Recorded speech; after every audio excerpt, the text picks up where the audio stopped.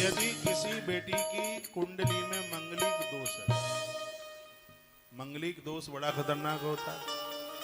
ज्योतिष शास्त्र ऐसा कहता है कि जिस बेटी की कुंडली में मंगलिक है उसके लिए तुम घर भर देख रहे हो, यदि लड़का बिना मंगलिक है तो भले ही वो इंद्र की गद्दी पर क्यों ना बैठा हो, उसके साथ संबंध ना करना। मंगलिक दोष कोख को भरने नहीं देता, संतान का जन्म नहीं होने देता, पति पत्नी में बनने नहीं देता। ये इसकी दिक्कतें हैं, परेशानी है, इसलिए उसकी पूजा पाठ होती है। बताते हैं कि साबुत मूंग के द्वारा, साबुत मूंग एक हनुमान चालीसा का पाठ करो, एक रख दो यूं, फिर पाठ करो, फिर यूं रख दो, फिर पाठ करो, फिर एक रख दो।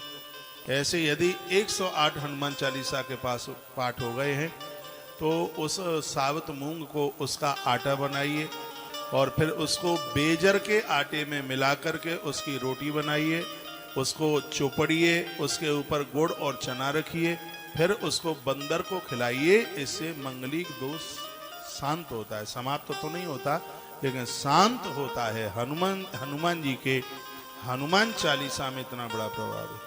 हनुमान चालीसा 40 दिन में लिखा गया। भगवान महादेव का जो श्राप लगा हुआ है, जिसको कीलक कहते हैं, किला हुआ है, श्राप लगा है, ये सापो, ये ग्रंथों को श्राप दे दिया भगवान महादेव ने। एक ऐसा हनुमान चालीसा है जिसके ऊपर श्राप का आज भी कोई प्रभाव नहीं है।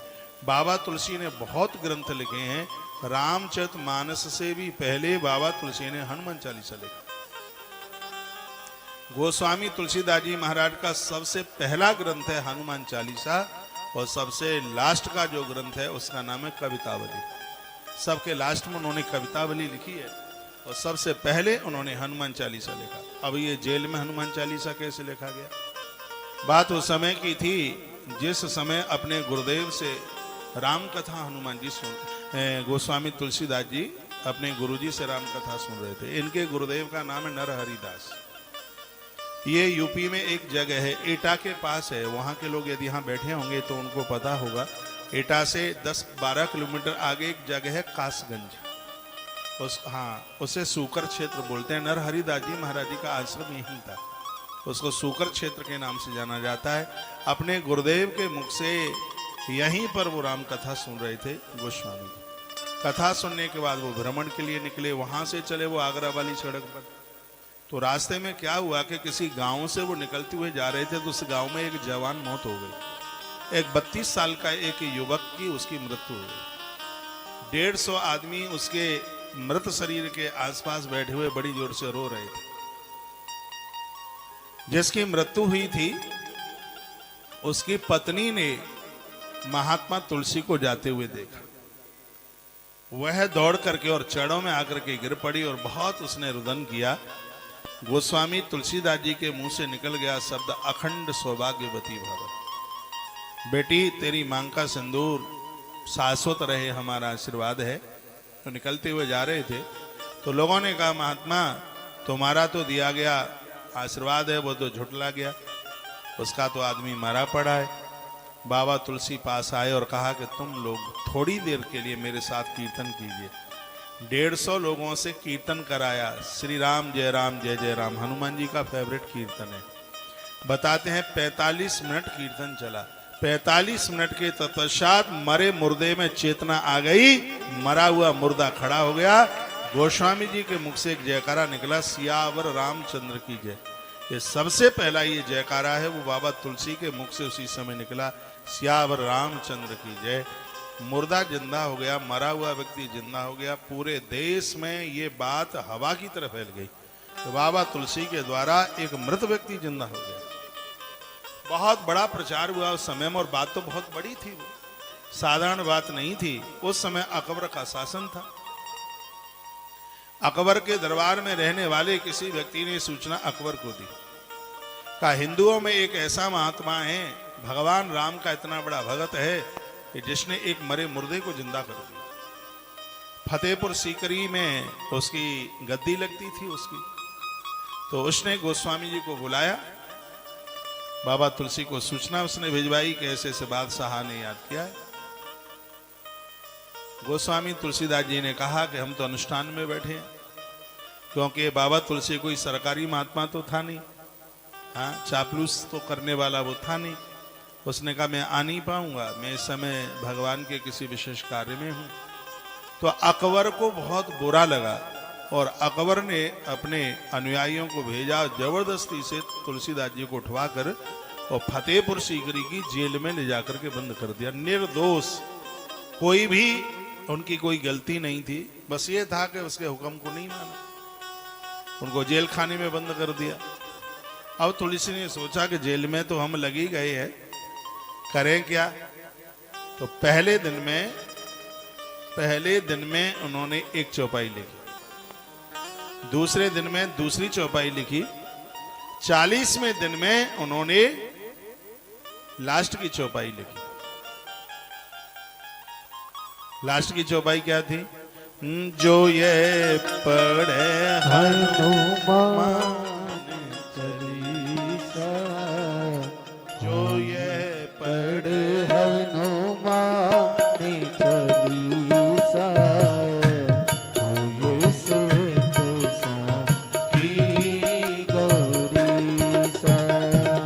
जो यज पढ़े हनुमान चालीसा, जो यज पढ़े हनुमान चालीसा, होए सुख साखी गौरीसा।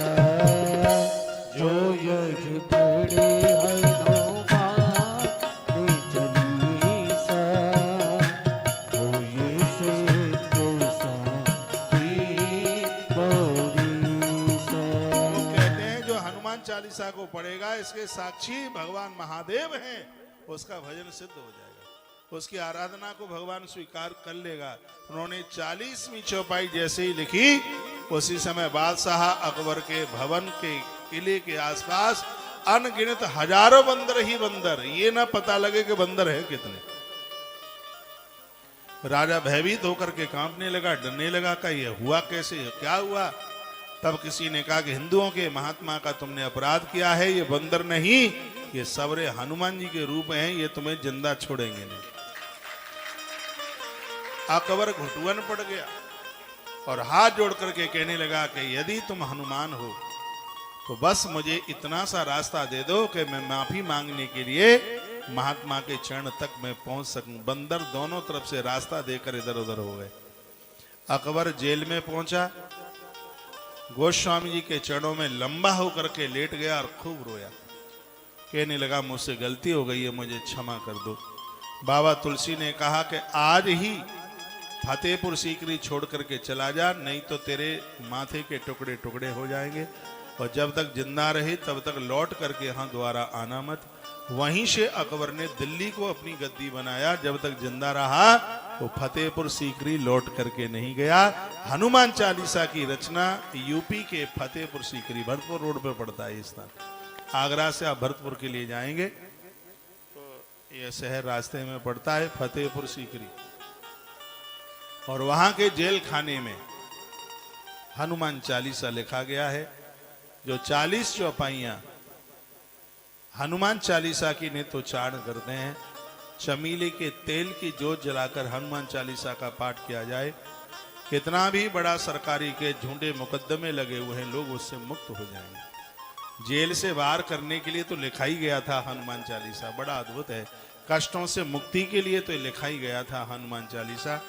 जो बहुत ज्यादा दिक्कत, बहुत ज्यादा कष्ट में हैं, तो हनुमान चालीसा का पाठ, संध्या के समय में सुंदरकांड का पाठ और भोर के समय में हनुमान चालीसा का पाठ बड़ा प्रभावी है, बहुत ही ज्यादा।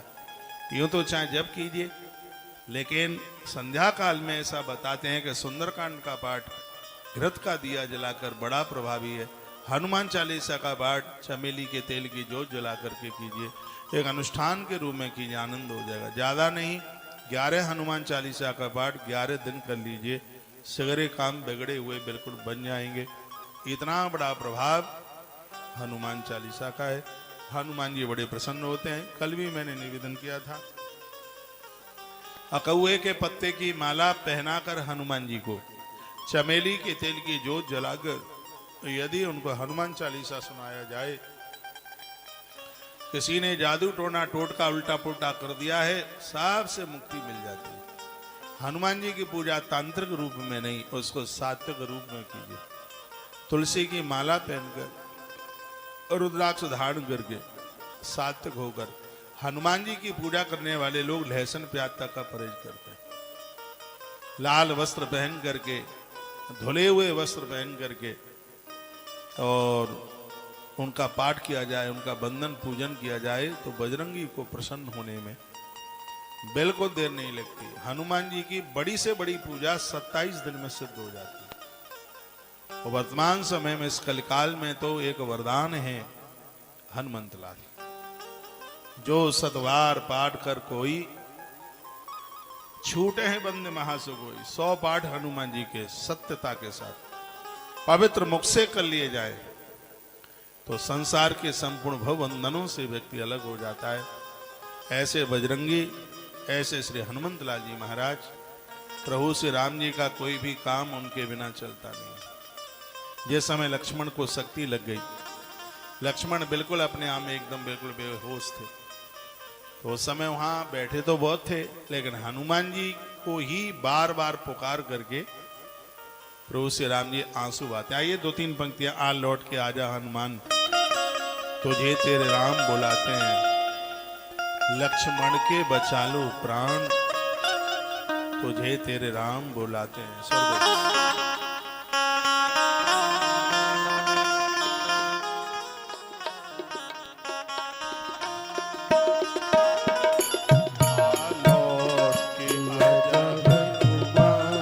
तुझे श्री राम बुलाते हैं।